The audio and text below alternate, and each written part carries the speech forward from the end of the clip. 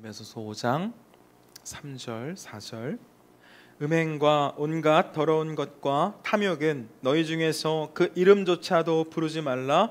이는 성도에게 마땅한 바니라. 누추함과 어리석은 말이나 희롱의 말이 마땅치 아니하니 오히려 감사하는 말을 하라. 아멘. 언제부터인가 우리 사회의 이 도덕, 특별히 성도덕이 급격하게 무너지고 있음을 보게 됩니다. 이 옳고 그름의 기준을 각자의 판단에 맡겨두었습니다. 많은 매체가 음행을 부추기고 있고, 이와 같은 모습을 당연한 시대의 흐름이라고 말하는 사람을 깨어있는 사람처럼 여기기도 합니다. 이 인터넷의 발달은 음란물과 저속한 성문화를 너무 쉽게 노출시켰는데요, 우리 요즘은 초등학생들도 개인 휴대폰을 들고 다니지 않습니까? 우리 어른들이 이 자녀들에게 건강한 이성교제에 대한 가르침을 주어야 하는데, 우리 아이들의 의지와는 상관없이 이런 성적 접촉을 권장하는 이미지나 문구들을 보게 되는 것이 너무나 조심스럽습니다. 요즘 이 청소년들의 놀이 중에 하나는 논쟁놀이라고 하더라고요. 논쟁놀이. 제가 청소년 때는 주로 이제 PC방 아니면 노래방을 갔고, 저희 선배님들 세대는 당구장이나 만화방을 갔던 것 같은데, 이제 카페 문화가 발달해서 그런지 이제 학생들은 물론 노래방도 가고 PC방도 가겠지만 대화 주제를 놓고 논쟁하면서 논다고 합니다. 주일에 이제 청소년부 친구들이랑 오후에 예배드리고 이 교제를 하는데, 한 친구가 논쟁 놀이를 하자는 겁니다. 밸런스 게임이랑 좀 비슷한데요, 다른 것은 그냥 한 가지 주제를 놓고 선택하는 것으로 끝나는 게 아니라 서로의 생각을 이야기하는 겁니다. 서로의 생각을. 재미있는 주제들이 많았는데요, 한 가지 주제가 이 주제였습니다.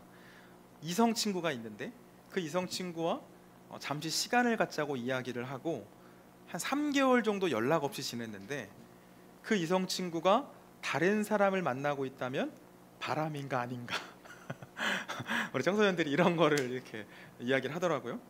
다시 한번 말씀드려 볼게요. 내가 지금 교제하는 사람이 있습니다. 근데 서로 시간을 갖자고 이야기를 하고 3개월 정도 지금 대화를 안 하고 있는 상황입니다.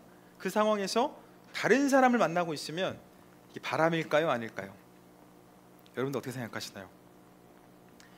모였던 청소년부 친구들의 과반수가 바람이다라고 이야기했습니다. 바람이다.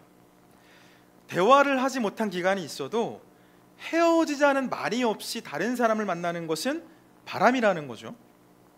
여러분, 바람, 이 연인이 있는 상태에서 다른 사람을 만나는 것은 분명 잘못된 일입니다.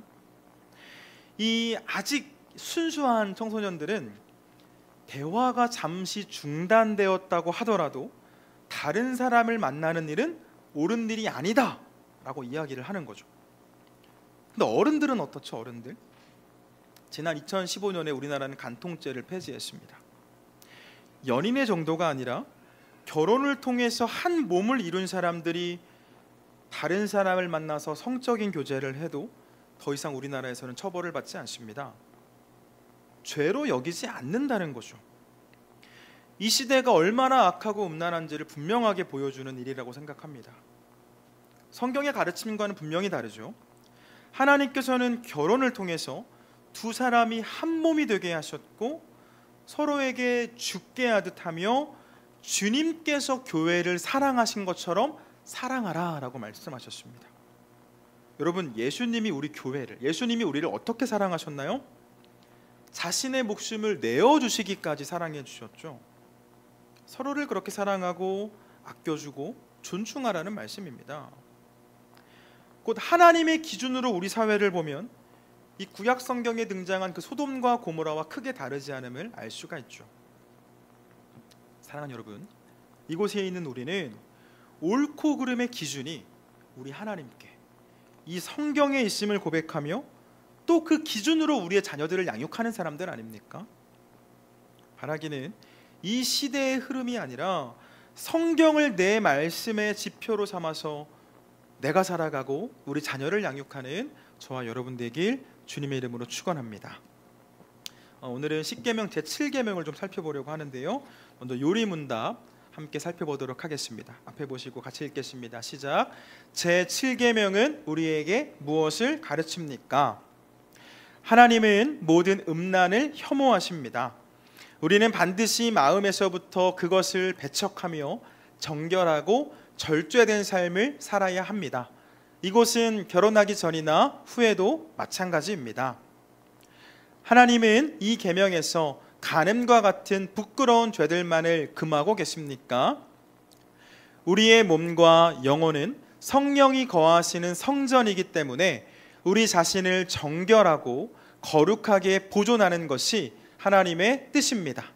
그러므로 우리는 모든 음란한 행위, 몸짓, 말, 생각, 욕구 및 우리를 유혹하는 모든 더러움에서 우리를 지켜야 합니다. 아멘. 우리 오늘 본문을 좀 책갈피로 해두시고요. 십계명 말씀도 보겠습니다. 출애굽기 20장 14절.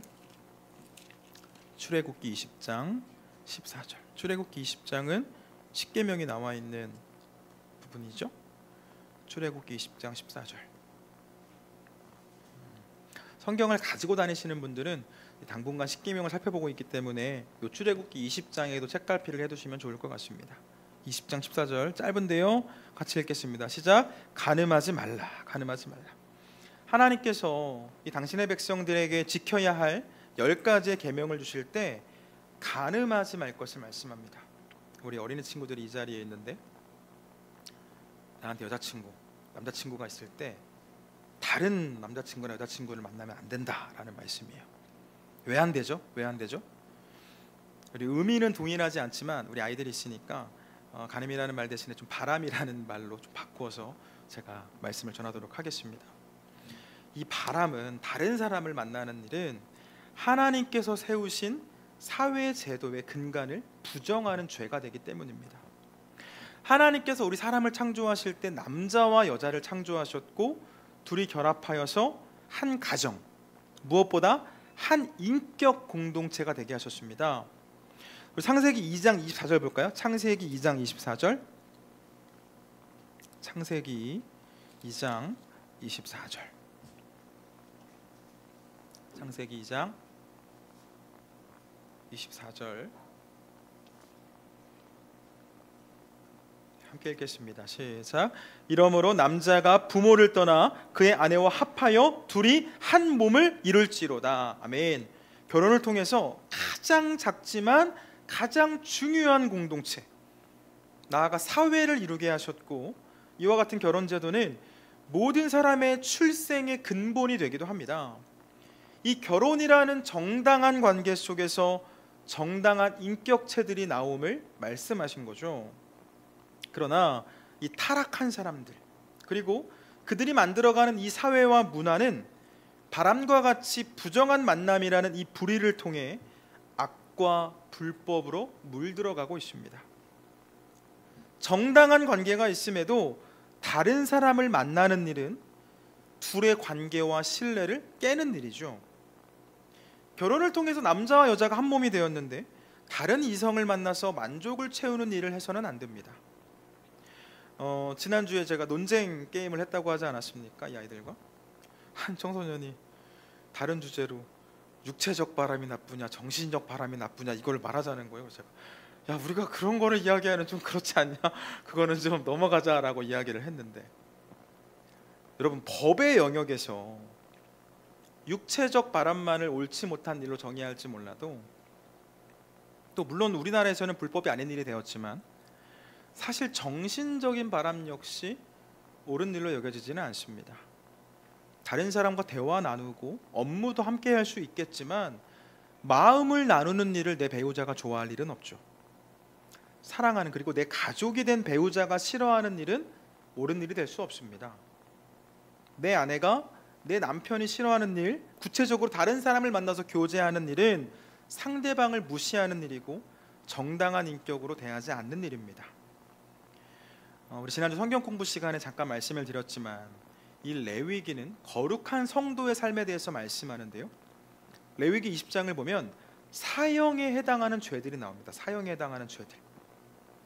하나님께서는 레위기 20장에서 바람을 핀 사람에게 사형 판결을 내릴 것을 말씀하셨습니다. 이 바람과 같은 일은 하나님의 자녀에게 있을 수 없는 일이라는 거죠. 우상을 숭배하는 일과 다르지 않다라고 말씀하셨습니다. 여러분 잊으시면 안 됩니다.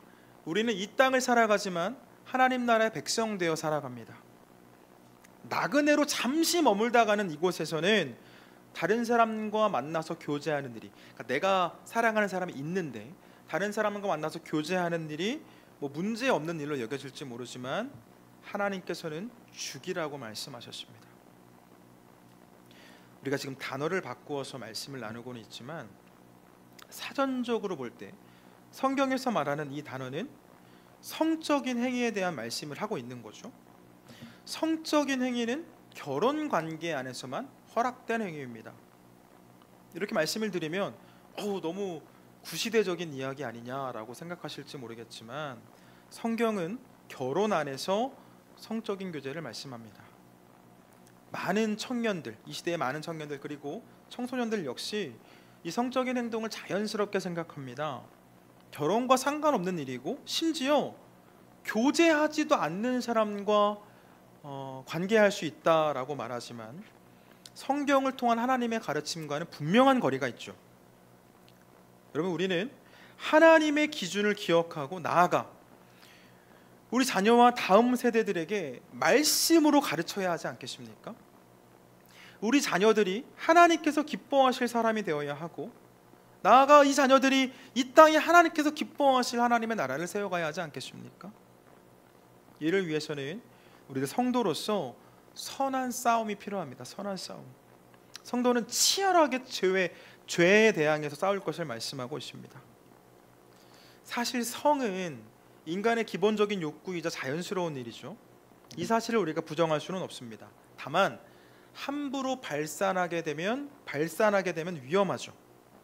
하나님과 이웃들, 특별히 사랑하는 사람에게 큰 실망을 줄 수 있습니다.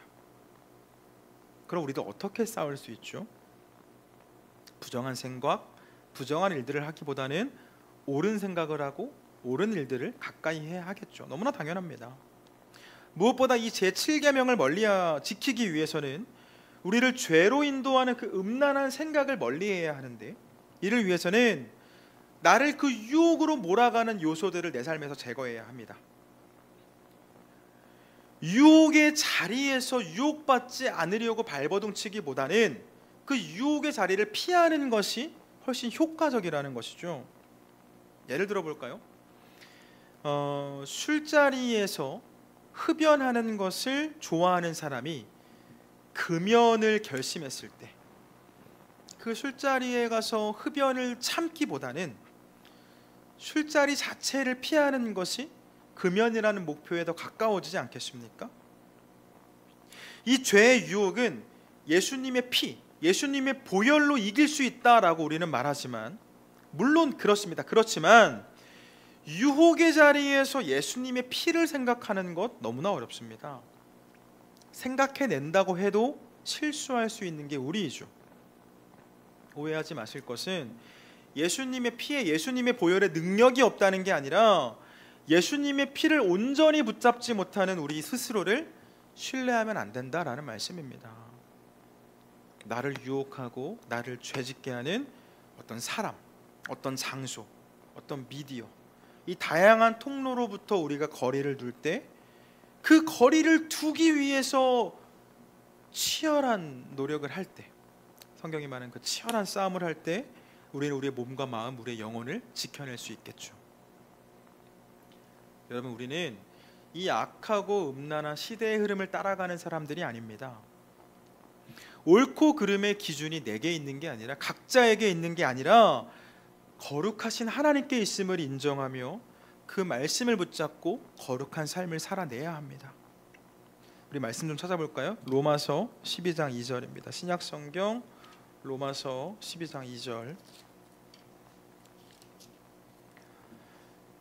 로마서 12장 2절 256쪽에 있습니다.